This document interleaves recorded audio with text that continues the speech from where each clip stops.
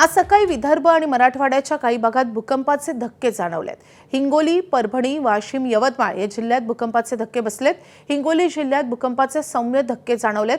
भूकंपाची तीव्रता रिश्टर स्केलवर 4.7 एवढी नोंदवली गेली आहे। हिंगोली जिल्ह्यातल्या वसमत इथलं पांगरा शिंदे गाव हे भूकंपाचं केंद्रबिंदू होतं। जमिनीखाली 10 किलोमीटरवर भूकंपाचं केंद्र आहे। भूकंपाचा धक्का जाणवल्यानंतर अनेक गावातील घरांमध्ये ठेवलेली भांडी आणि वस्तू जमिनीवर कोसळून पडल्यात। तसंच अनेकांच्या घरांना तडेही केलेत।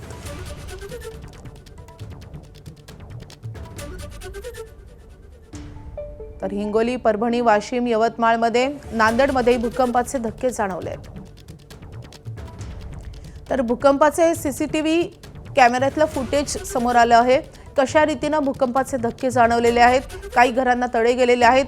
गायींच्या गोठ्यामध्ये भूकंपाचे धक्के जाणवलेले आहेत। त्यामुळे काही काळ नागरिकांमध्ये, जनावरांमध्ये भीतीचं वातावरणही पाहायला मिळालं।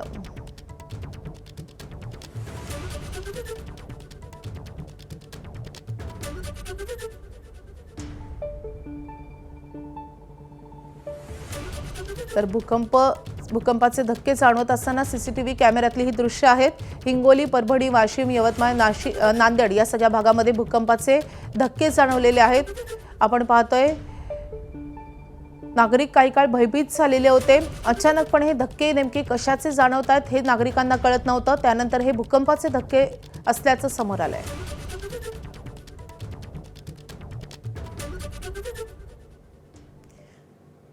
तर यवतमाळ जिल्ह्यातल्या पुसद तालुक्यात शेबाळ पिंपरी भागात भूकंपाचे सौम्य धक्के जाणवलेत। 8:45 हा धक्का जाणवलाय।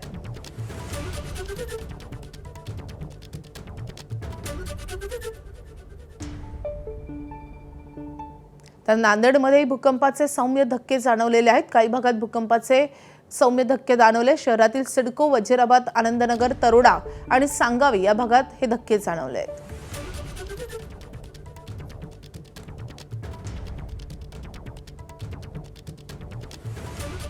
परभणी शहरासह जिल्ह्यातील विविध भागातही भूकंपाचा सौम्य धक्का बसलाय।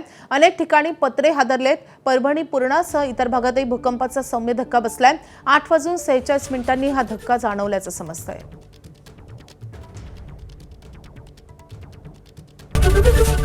एबीपी माझा, उघडा डोळे बघा नीट।